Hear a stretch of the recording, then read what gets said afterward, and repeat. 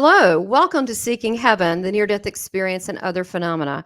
I'm your host, Tamara Caulder Richardson, a 6-time near death experiencer, evidential medium, and ultra dimensional channeler.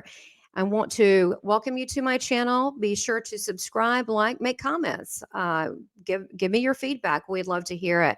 As well as look at my new school, Academy of Divine Wisdom.com. Or if you're interested in a personal session with me, you can go to southernbellemedium.com. So today, let me tell you about today's guest. I'm very excited. I've been following her for some time. And as far as this new ascension that we're going through and these higher vibrational states, she really knows what she's talking about, and such a lovely person. And I'm talking about our guest before I bring her on is Geraldine Orozco. Now, she is an abductee as well as a contactee. And she is also, when she came back, when she's had a lot of interaction with other beings from other worlds, she became very psychic. She's also an intuitive DNA reprogrammer and ascension coach. And I definitely believe, is a teacher during these times to help us. And I want her to share her story with us. So let me bring her on. Hello, Geraldine. Hello, Tamara. It's such an honor to be here. Thank you so much for inviting me on. Oh, you're so welcome. I am really thrilled. Like I said, I saw you years ago. Don't remember what channel or what it was. And I thought you were so brave. At the time, it wasn't like now where it's more open and more common to people start coming out. You came out at a time that it was not exactly popular, and it must have taken a lot of courage. And I know there's so many things you do, but I wanted people to get the story of how this all came to be, and in terms of you speaking about, and I don't want to call them ETs because they're really not that. So maybe you could start with that definition of interdimensional, ultradimensional, and then start with your story. Okay, awesome. Thank you so much. So, how I got into this, in 2008, I funded Bay Area Meditation here in San Francisco, and it just started out as a regular meditation group, pretty private in my own office, and later it turned into a pretty large group where I started being invited into corporate companies to teach meditation. And so that really changed my life, excuse me, in such a powerful way that I began to have deeper questions about things, about reality, about our existence, about our purpose, about emotions, love. What is the meaning? At that point, I had a career, the education, I had the partnership, and my partner had just passed away during that time, and it kind of shook me up, trying from this sleep state of following the norm of how we think our lives are supposed to be in order to achieve success and perfect, lifestyle. And I began to go deep into these questions. And essentially, I began to meditate pretty deeply on what love is. And that took me in this insatiable journey of trying to find truth, trying to find what is real. And in 2013, I took time off my company. I had an event planning company at the same time, in order to focus on this meditation. And within 3 months, I had been meditating daily, maybe up to 9 hours a day. Going deep into deprogramming. And this is all something that I discovered myself just through my own inquiry. Deprogramming programs of society, religion, culture, everything that makes up what we think is real.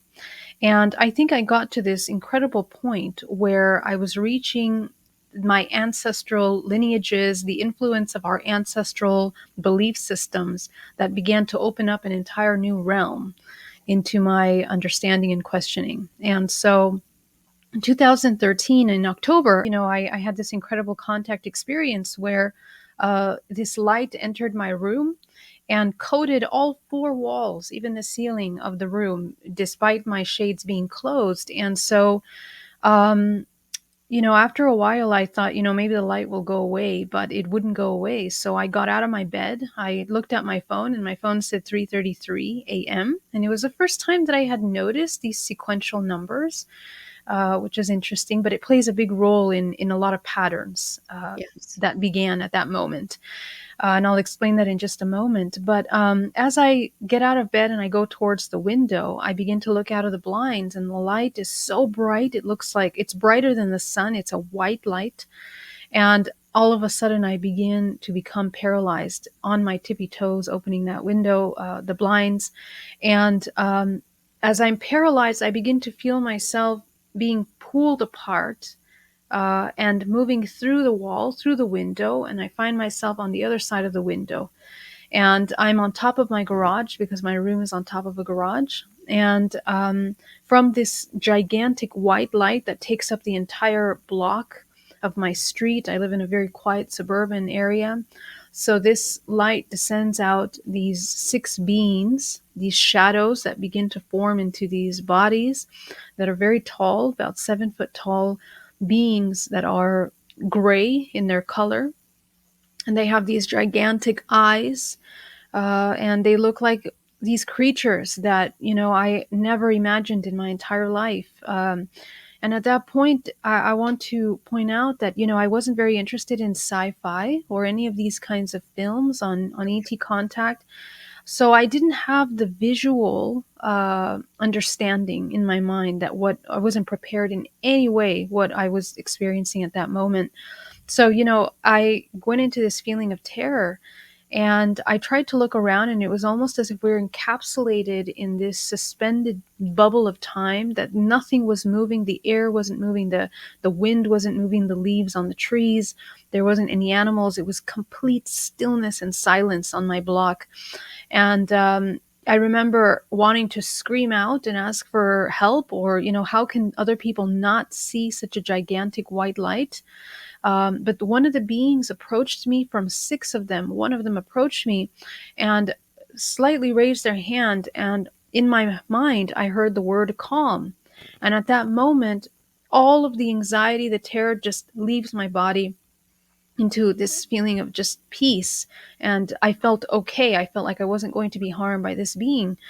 And then he directs me, and gently I'm moving towards the craft. This craft is a lenticular white light that is moving in and out of its consistency of a solid state into like a plasmic light state. It's organic, and it's a technology that you will never even imagine in your wildest dreams here, because it's fluid and it's conscious.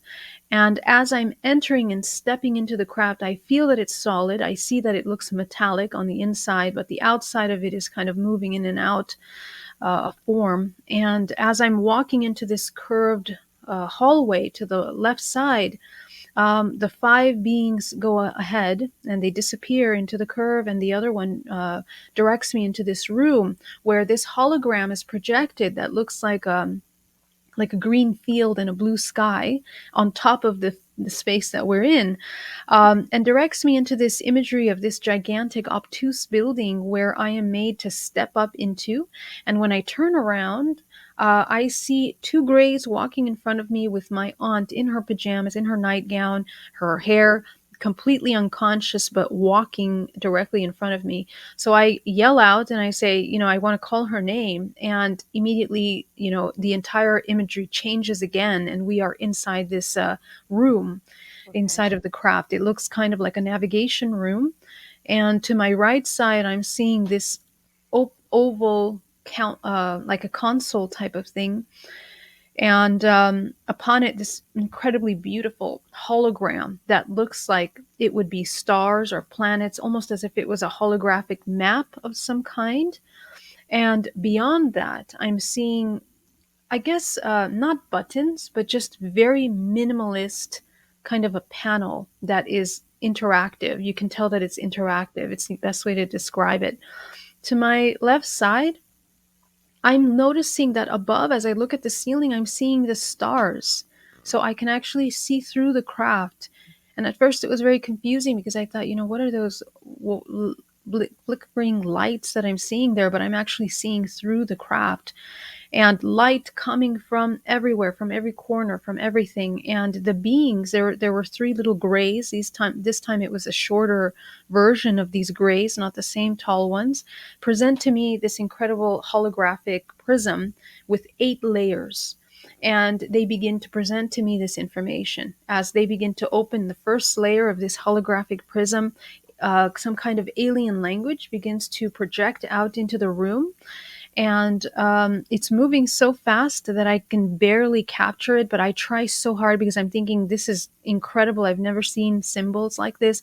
I was thinking, this is something that I need to research, because I couldn't find in my mind reference to what I was looking at. I saw some mathematical shapes, like infinity symbols and some other mathematical symbols, but every single dot, every single line had a profound meaning to the whole concept that was being shared. And the more I tried to focus, the less I understood. The more I relaxed, I began to get images in my mind.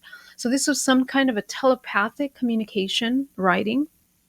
And I began to understand that what they were communicating to me, the way that they speak, is in universes. It was myself, the whole, the neighborhood, you can say, the city, the country, the world, the galaxy, and then the universe that you're in would all be included in these concepts that were being delivered. So it was just an incredibly different way of communicating and thinking and seeing that, us humans are not very familiar with. So at that moment, it broke open a new way of kind of observing things for me. But as they removed this layer, after nothing was explained, it was just shown to me, and images would come up in my mind. The images having to do with future events, having to do with past events, histories, my relationship with these beings, and my purpose for being here. And the information that was being shared here became clear later on, years later, and I can share that in just a moment. Yeah. But the second prism, they begin to show me the constellation of the Pleiades that begins to expand, and we navigate to the planet Maya. And as I'm taken to this planet Maya, I'm looking at the planet, which is very interesting, very dark purple earth, very dark purple mountains, the sky that looks like a sunset almost.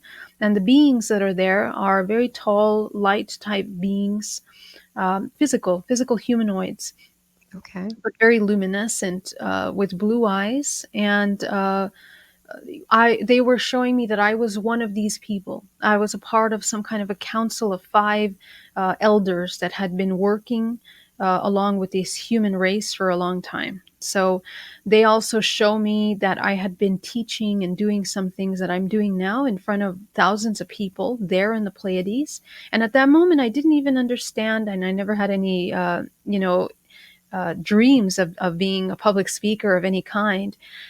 So this was just interesting to look at. But they removed that, and we went back into the craft, and they begin to show me the third layer. And from the third layer begins to come out these 8 little lights. And from the 8 little lights, 4 of them begin to manifest into these children. And as I see the child, I recognize myself in them, and I have this chilling feeling that this is my child. And as I'm having that connection, I look into the eyes of the child, and I begin to recall memories of having held the child, being with the child, being in procedures prior to having this child, along with the other children that were there. And I was going through a crisis, because I thought, how is it possible that I could have forgotten such an important thing? How can I forget my role in this? How can I forget that this even existed? And I tried really hard to place it in my current life. I was very vividly conscious. So I'm thinking about what I did yesterday. I'm thinking about what I did last week, and I'm thinking, where was this? Like, how can you forget such a thing? And I realized that a lot of these memories were suppressed, but I also began to recall my human life in combination with these experiences. So as I'm seeing the children, these are hybrids, which are a combination of humanoid and these kinds of interdimensional species.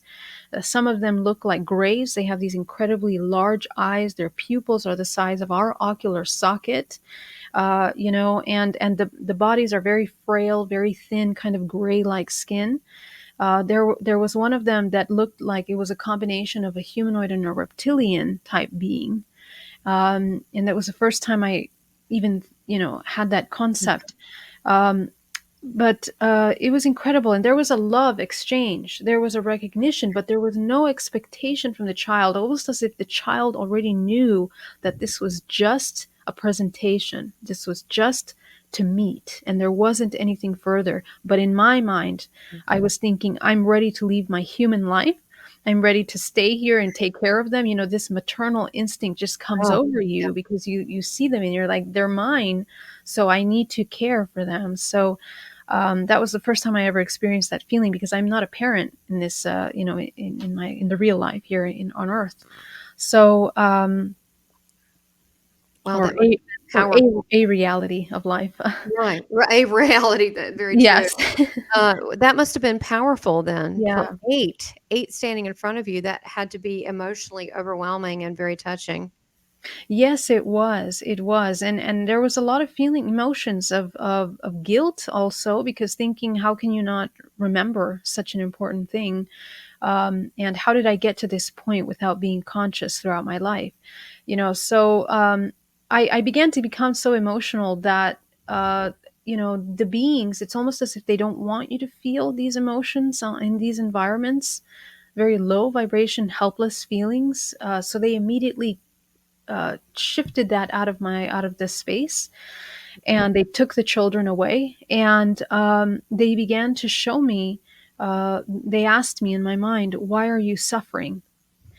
you know and as they said that, they began to show me a field of tulips holographically. They were taking me to the earth through this hologram, and they began to show me at the quantum level, the molecular level of this tulip, of a little leaf. And I began to show me the matrix, began to show me how everything is a structure of energy, these geometric patterns that create the molecules in the genetic code of the makeup of these objects, and they began to show me the difference between that structure and the structure of the human and the soul, how the life force is a completely different consistency than the vessel of the human body. And that was very powerful, because I began to understand that everything else was kind of like a matrix. Yeah. It was like a hologram. And they began to show me, many things about the universe and the earth, the matrix, how it functioned. But the most powerful was that they took me into this nebula, this rainbow nebula, which is the Orion Nebula. And they made me, I experienced for the first time in that nebula a connection to everything. I felt peace for the first time in my entire life, this feeling of unity, acceptance, myself. I was aware of myself, my human life. I was aware of myself in other planets, myself in that moment. And it was the most freeing and powerful experience. I'll never forget that. But immediately after feeling that, um, I'm finding myself open my eyes. I'm at the end of my bed, upside down, hanging off the side of my bed. And I have these burn marks here on my cheeks from the light. And I have feet, my feet are dirty underneath, because I'm sitting now. I'm like, I'm sinking to the floor and sitting cross-legged on the floor, and I reach over for my phone because I'm panicking and I'm thinking, I need to call the hospital, I need to call the police. Who do I call in order to help me in this moment? Make sense. What do I do with the children? There has to be some kind of governmental sector that knows about these kinds of children. I Wow. can't be the only one. I have all these thoughts Yeah. going in my mind. But the moment I'm about to dial 911, I'm thinking, what am I going to say? That I just got, abducted by aliens, and now I'm having these experiences. So it was just overwhelming, right? I didn't know how to process that. But I guess the biggest takeaway is that I think I slept the entire night, the entire day. And the next day, I talked to my parents about them. I called them and I told them this entire experience. And they were very, very welcoming, very loving, very supportive. And I asked them, have you ever had these experiences? And my father said, yes, I had lots of these experiences. I've had lots of these sightings. Okay. That answers a lot. Isn't that funny that you probably just went for support and had no idea Yes. that this was going, so it runs in families.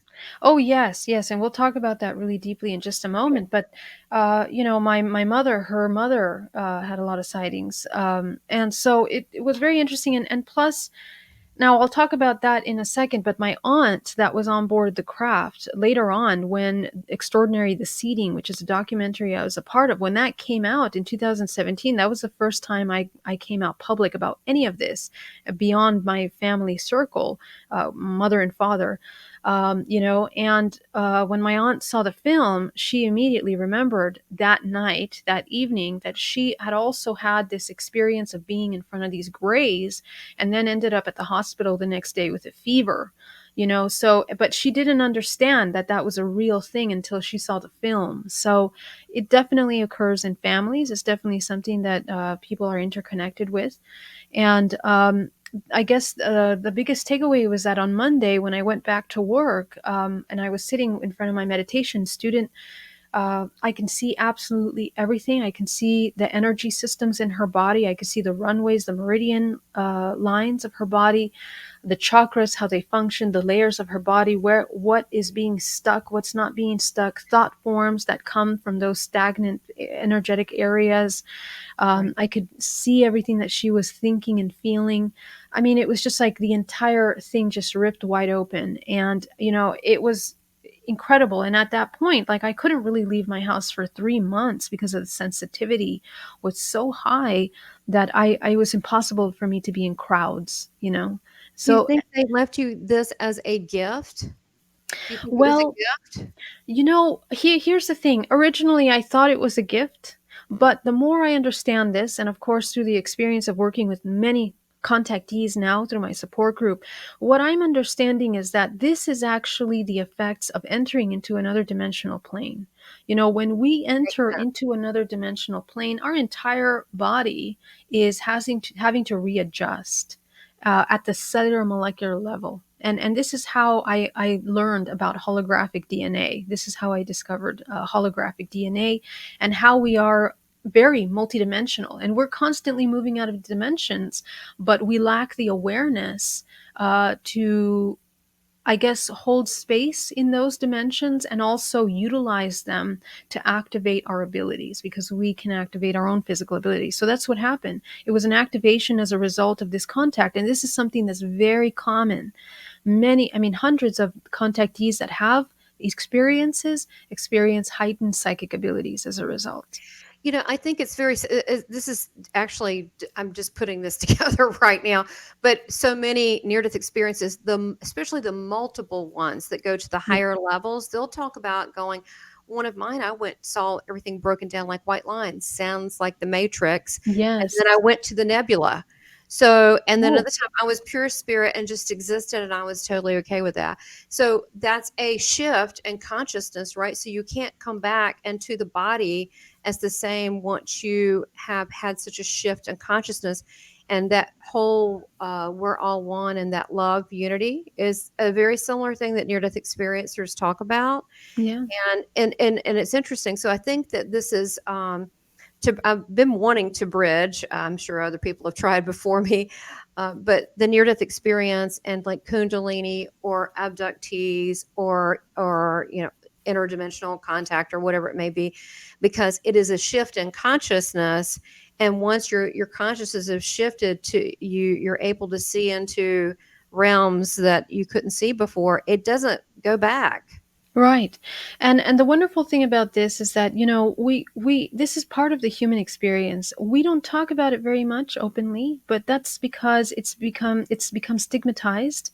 Not just ET contact, and there's a very we need to look at historically how the government and the CIA has also played a huge role in that, and also the entertainment industry Yeah. in making ET contact and interdimensional contact something that's paranormal, untouched, and science fiction.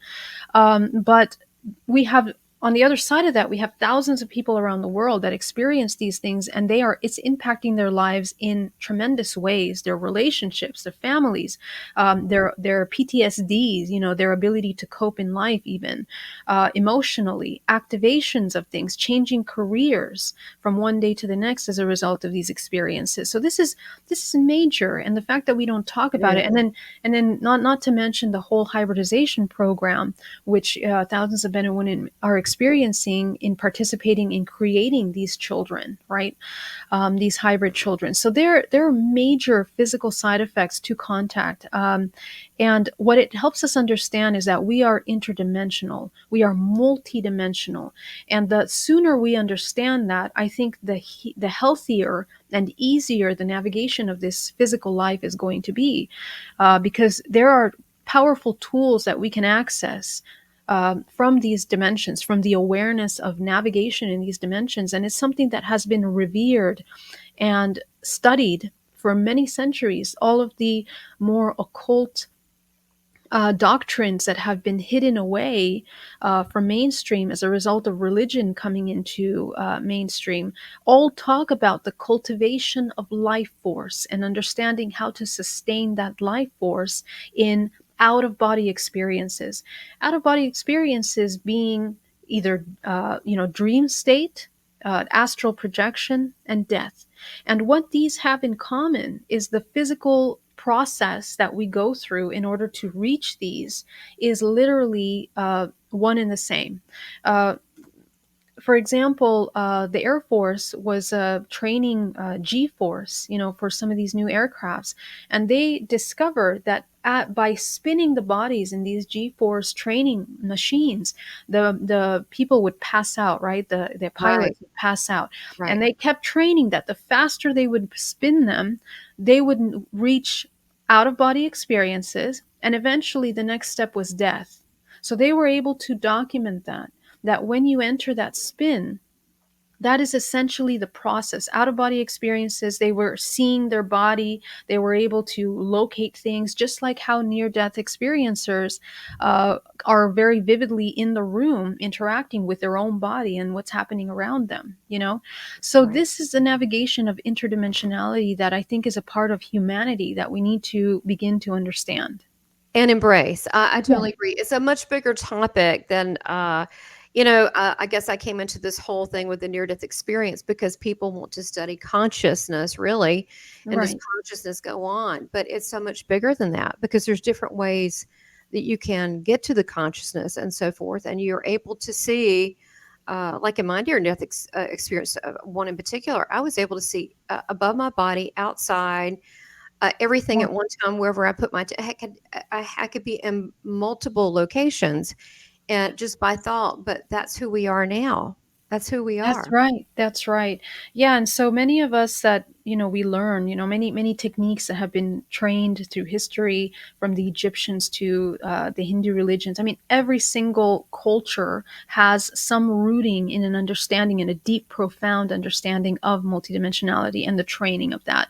And I guess what that really comes down to is the life force. It's the cultivation. We are life force. We are really utilizing these physical vessels temporarily during this experience, but we are much more than just that. So if we understand how to cultivate life force, we can unlock the key of longevity, vitality, healing, and harmony within the body in our everyday experiences. Yes, and that's not agreeing with this. It really is like a matrix of what's there. And I want to get into the holographic universe later Mhm. on, but I want to go back to family and then also the hybrid program. Your family, was it just like no big deal? Oh yeah, by the way, I mean, did it get you closer with your family? It seemed like your dad was like, yeah, no big deal. I mean, did you figure out like why us? Like why? What is it that you have that must be kind of important that they need? And I'm sure it's not just for one big cruel joke, but it must be something in your DNA structure that not just on a spiritual note, because they said you've worked with the Pleiades and also with the council for some time, but that's a spiritual side. But far as a genetic side, what was it that, or what is it they're looking for, and why follow family lines such as yours? Right. So that was my initial question, and that was actually what drove me. And I mind you that there were several years where I hid this information. The only people I told were my parents and my partner at the time. And I wanted to research it more, but every time I kept being pulled back into my business, and I was told, don't talk about this. People will ridicule you. You will lose credibility in your business.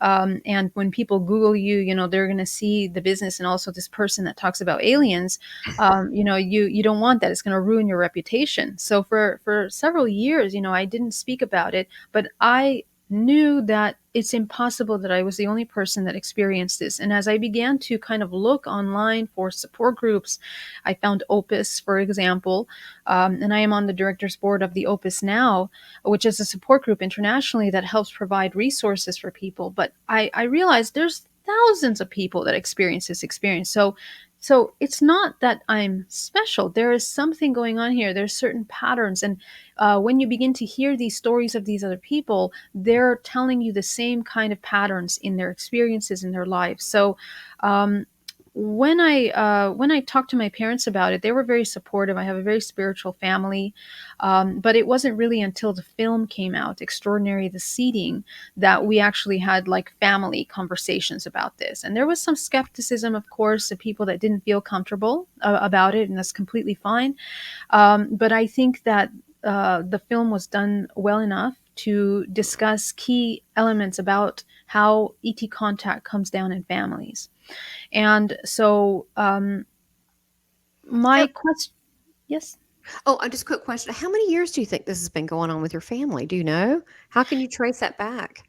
Yeah, well, actually, it's been going on for since the very beginning of time, and this is how I began to research, um, holographic DNA. In 2017, I had a hypnotherapy where I began to channel information about how the hybridization program is originating since the very beginning of inception of life on this planet, and how the human race is made up of three main bloodlines that together were hybridized to create different species. The different species and the different human types that we have on Earth were a result of mutations of genetic modification. And the genetic modification that is kind of running through our lineages, some of these bloodlines were heavily preserved in that, especially families that ended up in royal type governing family circles, were very much keeping the bloodline within the families. And this is something that's practiced all around the world for a reason. When you maintain certain genetic data, it strengthens and reinforces the patterns that are encoded in that genetic data, but at the same time, the physical body begins to kind of destruct. The physical vessel itself cannot sustain the same patterns over and over again. And that tells us something about this matrix as a whole. But the entire genetic lineages that were created um, were carefully modified in order to sustain patterns. So, what is DNA? Let's talk about what DNA is. I mean, DNA is basically the database of all information that writes the code of the proteins that make up all the physical aspects of ourselves.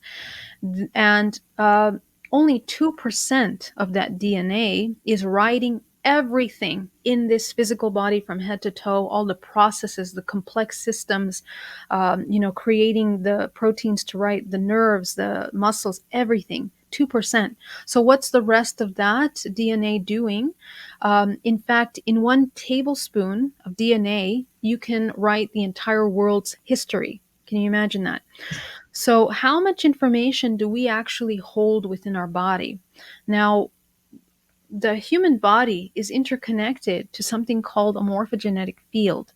And now science is talking about this now. It's catching up and bringing it into mainstream about the morphogenetic field being this field, this intelligent field that from which intelligently forms and creates the form of the body. It knows when to stop writing a finger. It knows when to stop coding for hair. It knows when to stop coding for features in your body that make up what you are.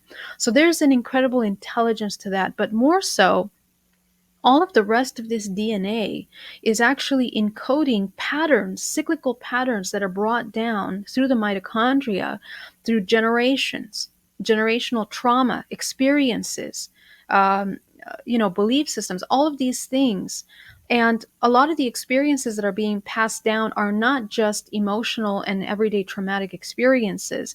We're talking about interdimensional experiences as well. So when we begin to see the patterns of contact that go down family lines, and you know, not too many people record this, but through history, when we've seen people record their experiences, you begin to see the patterns. Okay, these things were mostly documented, many centuries ago, when this was something that was important. People paid attention to writing their dreams, to documenting these interdimensional navigations and travels, and through that description and through other psychic people around the world that tune into this information, you begin to notice that certain cultural groups have very strong relationship with certain kind of star beings, you can say, or species. Okay, so Native Americans talk about the Pleiadians, the blue people. I mean, we have these kinds of documentations around the entire world. No, the three main bloodlines, you mean? Yes, the three main Uh-huh. bloodlines, as you found Yeah. out. So the three main bloodlines are Draco reptilian, Got it. Pleiadian, which means humanoid, which is from which our human structure was created. And the other one is an inner earth bloodline. It is a red bloodline, so it's green, red, and blue. Okay, this is also the base colors from which all the spectrum of colors, ranges of frequency which humans are able to interact with also come from.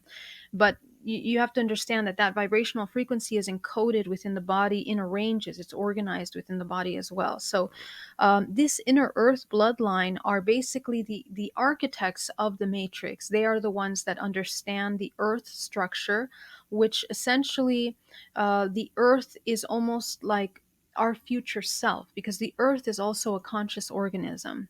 It's just a different level of conscious organism. And so this conscious organism that is the earth has its own morphogenetic field. It has its own structure of nature, physics, the laws that make up everything here in this construct. And so these inner earth beings are deeply, deeply encoded with that information in order to be able to create matrices, right? So the hologram that is to create the structure of reality for all the organisms that participate on this earth. So the combination of these main bloodlines are in order to create this hybrid, and we are a product of that. We are the hybrids of that. And um, if we look at the Book of Enoch, for example, which is One of my favorite books of all times. yes, it's incredible. I channeled the information from the Enoch, the Book of Enoch, in my hypnotherapy, but I wasn't familiar with the Book of Enoch. Oh my gosh. Yeah, And that is so cool, Geraldine, because when I first read the Book of Enoch, it hit me in my chest like this is wow, our history. yeah. This is true. And there's so much more to it now. And actually, the Book of Enoch is still being played out. Oh yes, absolutely. But to briefly summarize, the concept is like this: Sophia, which is this source aspect, breathes life into Yaldabaoth. Yaldabaoth breathes life into these archons, and from these archons begins to descend genetic modified beings, these organisms, these fallen angels that create these Anunnakis that begin to breed and with humans, right? What Yes. from the idea that, but these are genetically modified humans that are a combination. So from there were the sons and daughters that begin to populate the earth. And it's really powerful because if you look at the procession of how the evolution of this, when the moment of separation from source, that aspect that became individual, that wanted to individuate itself from source, this is what we experience in a fractal sense in this entire matrix. That's what this matrix is about. It's about separation It from is. the source, and it's about experiencing duality, which goes Yeah. to answer your question about what is the purpose of these hybridization programs, or what is why are certain bloodlines selected?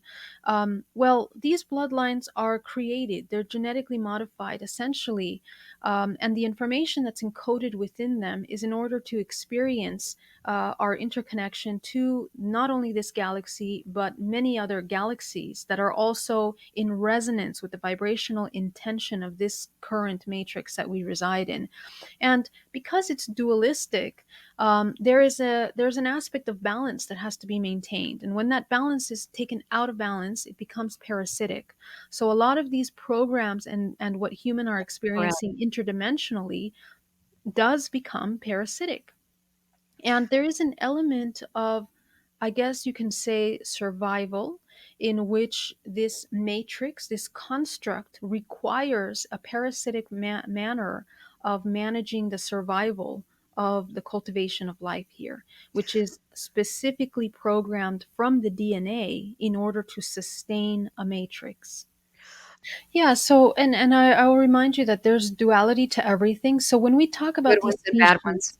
Yeah. yeah. So when we talk about these species, I'm going to give you what they're known for and how they seem to manage their inversion of their abilities on this earth. Okay, so Okay. these draconian reptilian, they are very parasitic. They are from what was created and designed and molded our own reptilian brain, which is this primal aspect of ourself, the amygdala, the one that is constantly analytical mind that manages the physical. We are literally, it's encoded in our body. We are a product of that.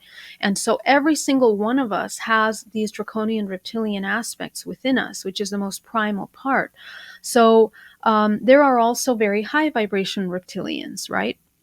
But I will say that within the matrix is made up of these 13 dimensional layers. Both our bodies are modeled after that, and the earth itself is navigating in 13 dimensional realms. And within these realms is where descends the concept of the Sophia that's separated. As it begins to lower its dimension, we are looking at the archons, the fallen angels, and the lower the dimension from which these beings are emerging from, their relationship with duality is going to be different. It's going to be expressed differently, and some of them are more parasitic than others. However, what I have understood and come to some sort of an observation is that really within the matrix, within all 13 dimensional layers, we're going to be dealing with parasitism in all these dimensions. And really, the whole purpose of our incarnation on this earth is to learn how to become sovereign, co creators in all dimensional layers, regardless of what we're experiencing. The idea of our human experience is to learn how to overcome duality. So, Yes. the shadow, balance that shadow. So, we're dealing with that even in this hybridization program. There are ways to create a life that is from a place of ecstasy, bliss, and pure intention. And that there are practices that are practiced from Taoism, from sexual alchemy, that have been known for centuries in creating the organism that is high vibration, activated DNA, which means that it has access to higher dimensional realms. There's also ways to create a hybrid through violence, destruction, that creates organisms that are more counter creative, that are very close to artificial intelligence. And I think that's what really makes us different, is Very. or come into consciousness, is which one of these organisms are conscious and which one is not.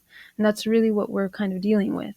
Well, I never thought about it in that way. So, I have been told about generally the pure aspect of the, draconians that, with the women and they're just users. They like to use, and whether it be for their own pleasure or for children or whatever it may be, or for we're a resource, whether it be for whatever it may be, money, food, whatever. And so it seems like the battle to me, the draconians, is really they're speaking of the Book of Enoch.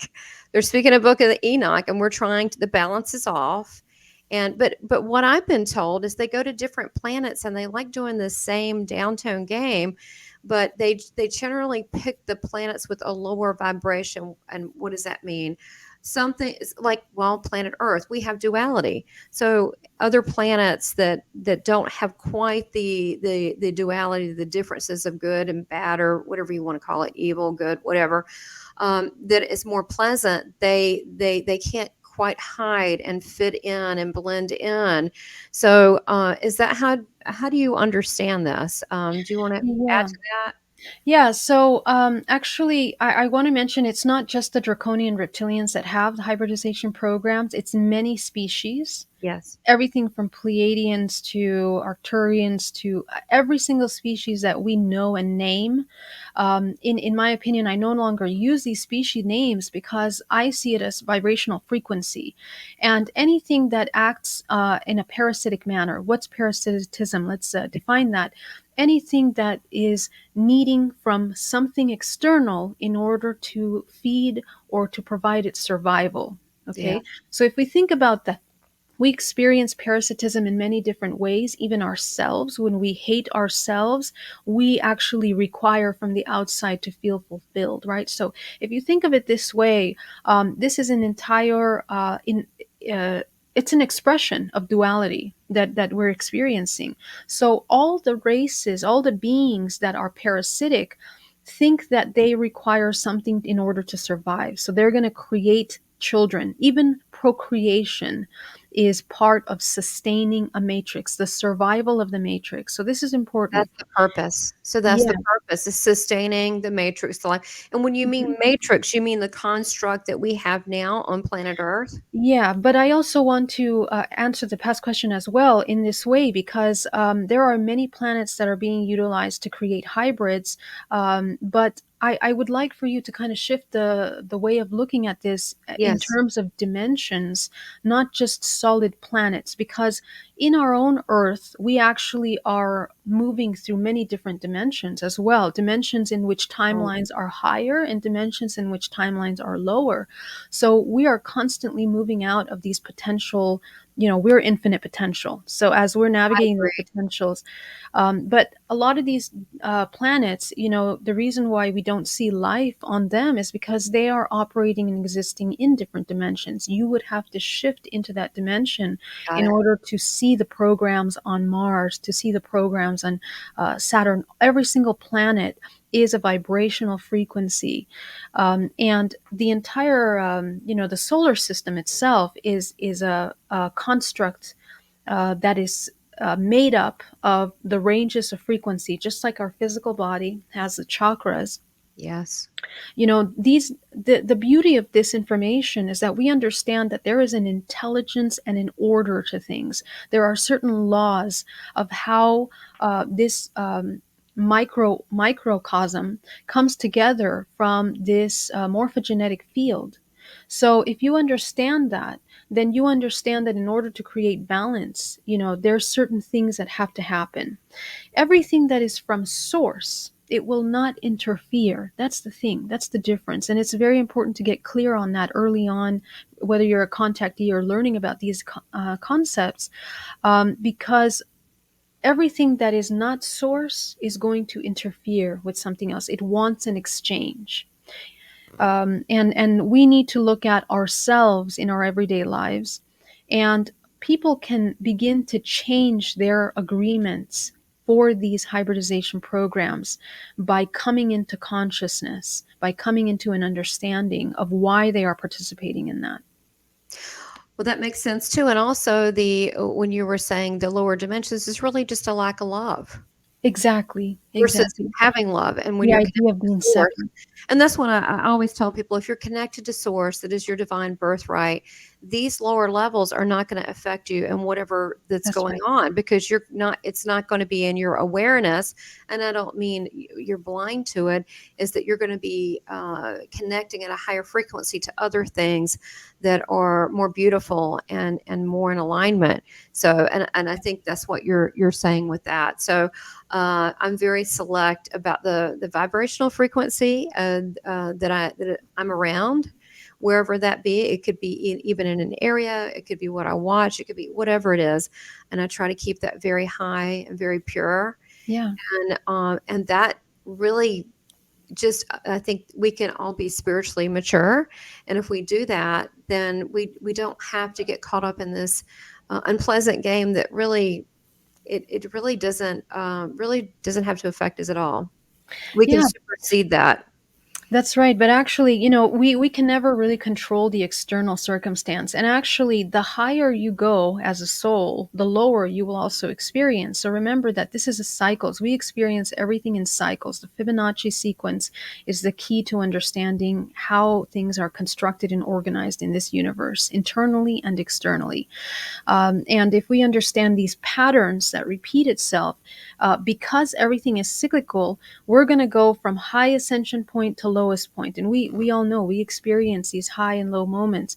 We can never control what is happening outside, but what we can control is the internal processing of that. If we understand how to process information in a way that's productive, we also become co-creators. And then, mindfully changing your resonance to the things that we are experiencing and attracting. But I want to mention, because people, they say, oh, I always stay in high vibration, but still I have these things happening. This goes back to holographic DNA. Now, when we deprogram matrix programs, which is everything that we've been indoctrinated, all the belief systems, programs that are inherited from father and mother, the culture, society, religion, all of these things influence our perception and limiting beliefs. So when we deprogram that, we begin to activate DNA. This is actually how DNA is activated, by the deprogramming of things. And this is something that is done not only in your current life, but past lives, and then how you see yourself as a whole. So it's never ending, really. Yeah. Well, I want to pick back up on this DNA and reprogramming, because I think there's a lot underneath that. This is very powerful. And this is also part of what you do to help others. Can you tell people, because I know that you offer several things, hypnotherapy, you're also a shaman, correct? And you do lots of things. Can you explain your services and things to enlighten people if they want to get in touch with you? Yes, thank you so much. Well, I'm what's called an epigenetic psychotherapist and a clinical hypnotherapist as well. So my primary work is DNA reprogramming. So I train people to do exactly what we were just talking about in a session, and I also do hypnotherapy. So yeah, if people want to reach out and work with me, they can visit my website at GeraldineOrozco.com. Perfect. Thank you so much. And thank you for being with us today. And stay tuned where we talk more about DNA and our galactic beginnings. Thank you so much, Geraldine. Thank you.